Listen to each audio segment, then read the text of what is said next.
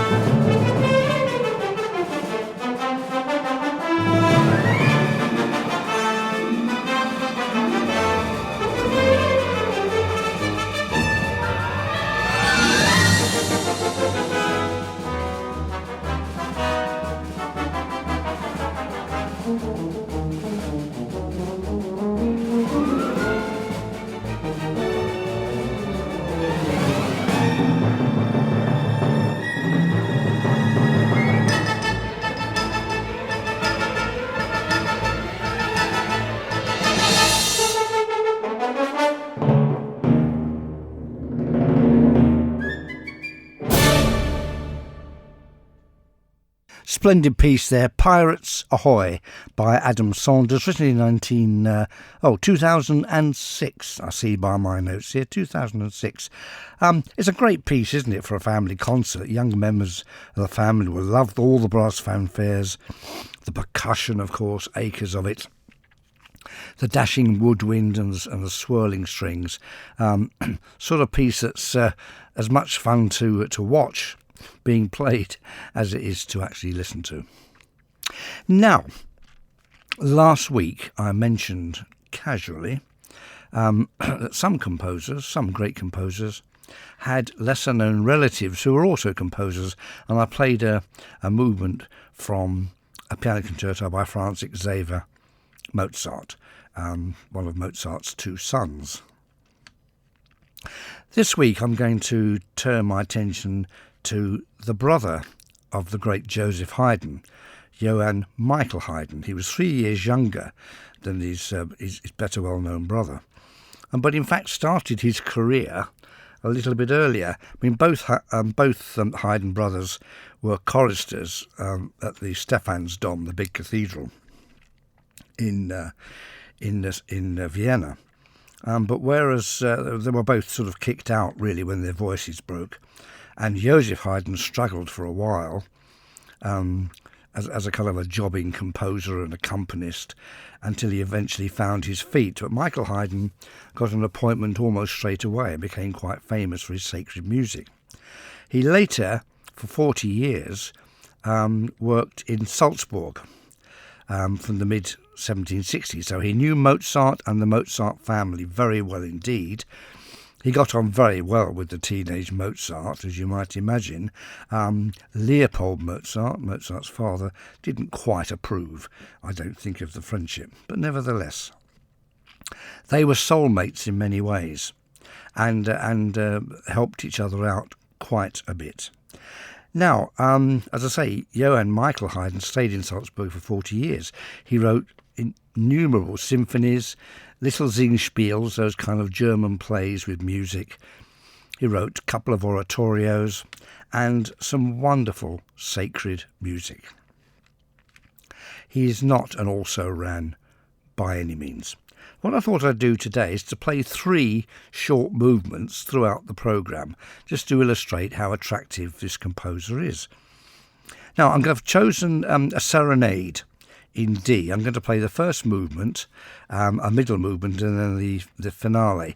Now, these serenades, and Mozart also wrote several of them, were multi-movement pieces. They're a little bit like symphonies with concertos added on. This particular one has some movements which are basically just like a symphony movement, but then it has a slow movement with a bassoon solo, cello and violin, and a wonderful movement for horn and solo trombone, which I'm going to play later. So there were a mixture of symphony concerto. Exactly when they were performed, not really known. This one dates from the mid-1760s. They were often associated with the end of the term at the Salzburg University. And so if this one was also written for that occasion, like many of Mozart's were, they would have met at the university, marched through the streets of Salzburg, playing some of this music, right through to the Archbishop's palace in the Mirabell Gardens. There they would have given a complete performance of the work, and then walked all the way back and given another performance of the work back at the university, so the whole thing was finished in the early hours of the morning. Quite exhausting, I think, really, and some logistical problems there that I can't imagine how they managed to get over, but nevertheless. So let's cut out the chat, and let's just get a flavour of the music of Michael Haydn. Here's the first movement of his Serenade in D.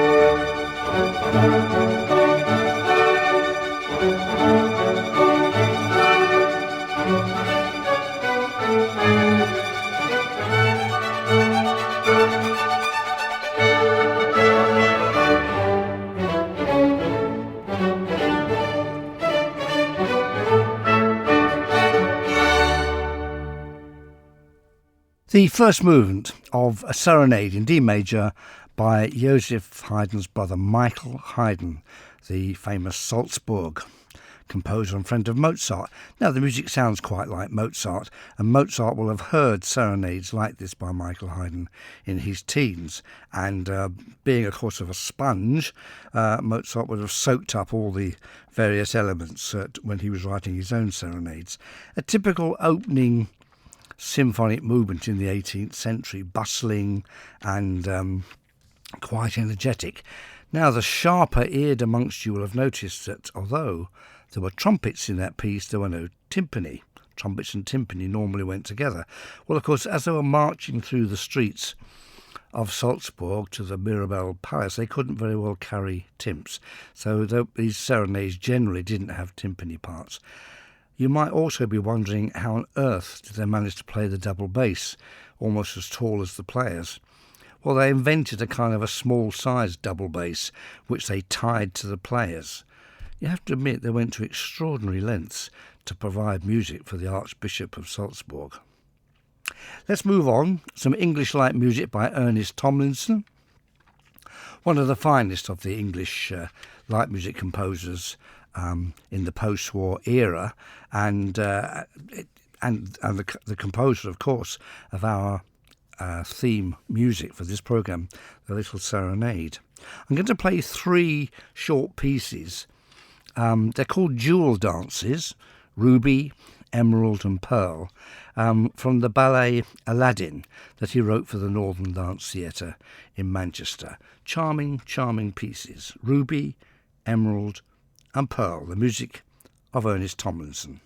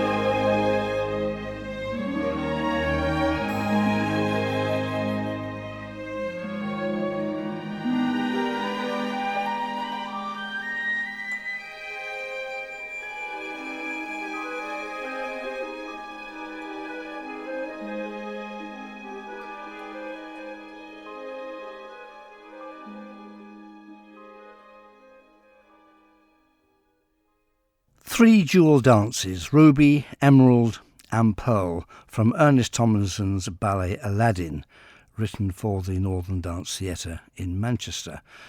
Really attractive pieces, those, almost impressionistic. I love the skittering middle one, short one, Emerald, particularly, but they're all lovely little touches of tune percussion and sort of wispy sort of atmosphere. Very attractive indeed. If we have time later in the programme, I might return to that ballet music and hear maybe another short piece. Let's return now to the music of Michael Haydn. We heard the opening movement of his serenade. Let's listen to one of the middle movements. The middle three movements of this particular work, and there are, let me have a look, 9 movements in all. But the middle three form a concerto, really, or a concertino, featuring brass instruments. Very unusual. I don't think I've ever come across a concerto movement for horn and trombone from the 18th century. I mean, I can't think of another example. But, well, here it is. I hope you find it as attractive as I do. This is the Adagio from Michael Haydn's Serenade in D major.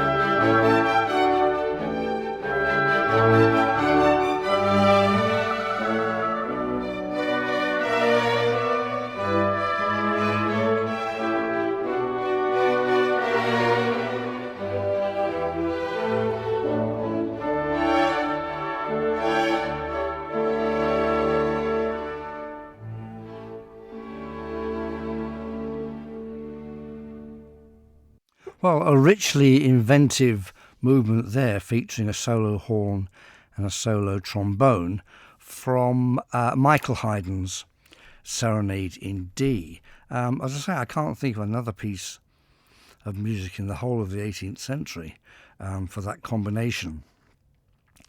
Well, it certainly tells us that the Salzburg Court Orchestra had a very fine trombone player, and we know they had a fine horn player because that was Joseph Leutgeb, who also knew the Mozart family very well and for whom Mozart wrote his horn concertos some years later in Vienna.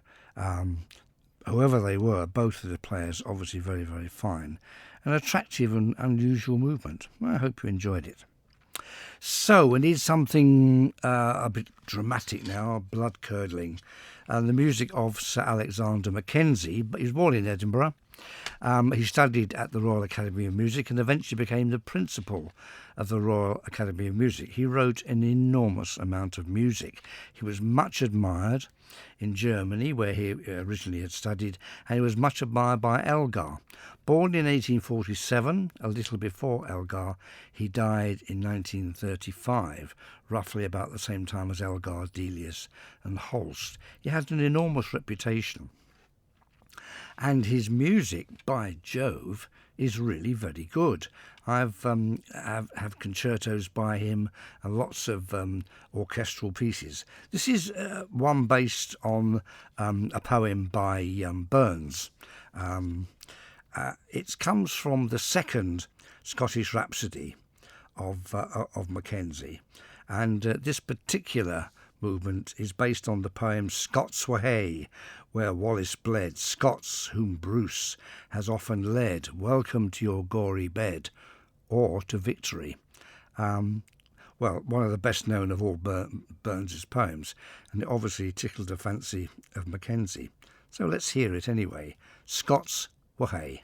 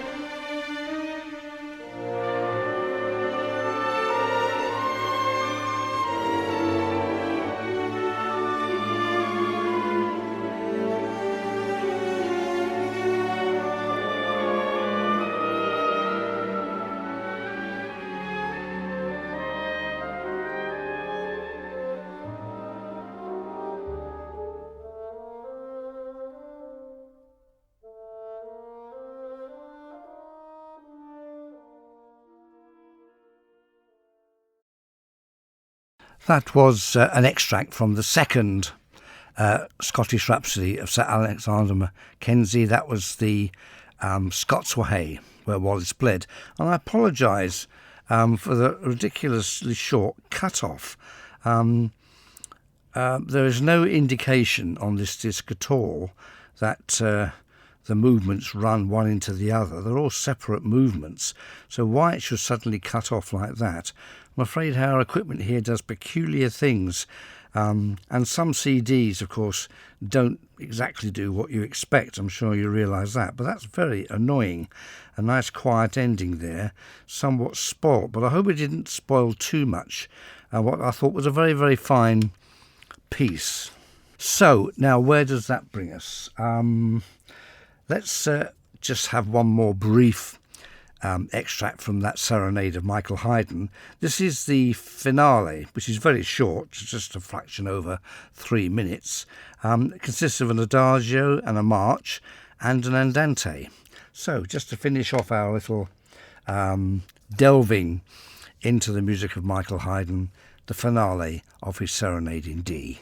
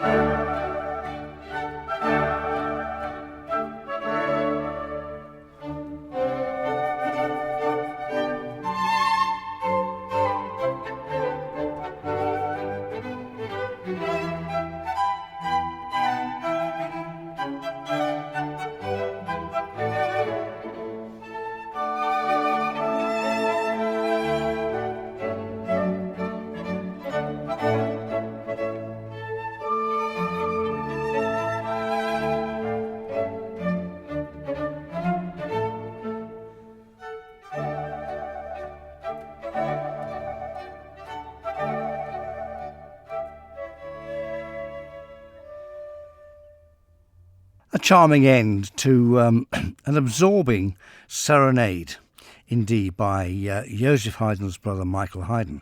I hope you liked the little bit at the beginning where the orchestra have to shout out, "Addio, farewell." The music of Michael Haydn, to a certain extent Mozart, and certainly Leopold Mozart, Mozart's father, full of little jokes and in jokes like that, and sometimes they can catch one out. So, I hope you enjoyed that anyway. Now to the music of Carey Blyton. Now, Carey Blyton's music has appeared in this series before, but not very often. This is a suite called The Road to Samarkand. Consists of 3 movements, really.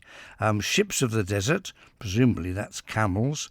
Caravanserai, a kind of a stopping off place at night, isn't it, with a dance, and then Samarkand itself. This was composed in 1991 for the Kent Music School and was first performed by the Kent Youth Orchestra that year.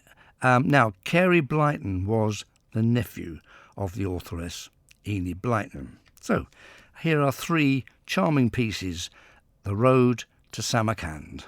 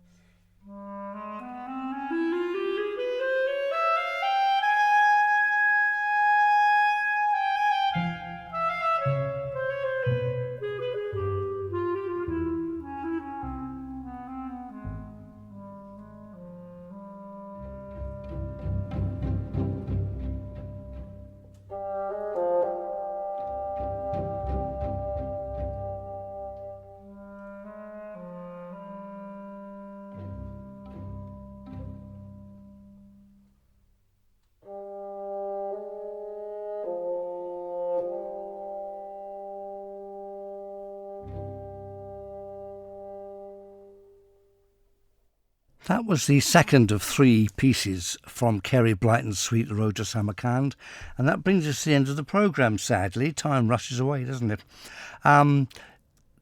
Please join me next Thursday at 9 when we'll have some more light music. In fact, I might devote the entire programme to light music. I'm not absolutely certain yet, but there certainly will be some British light music. In the meantime, I think we may just have a few seconds to play out on the next section of that wonderful little suite there by Kerry Blyton. Goodbye.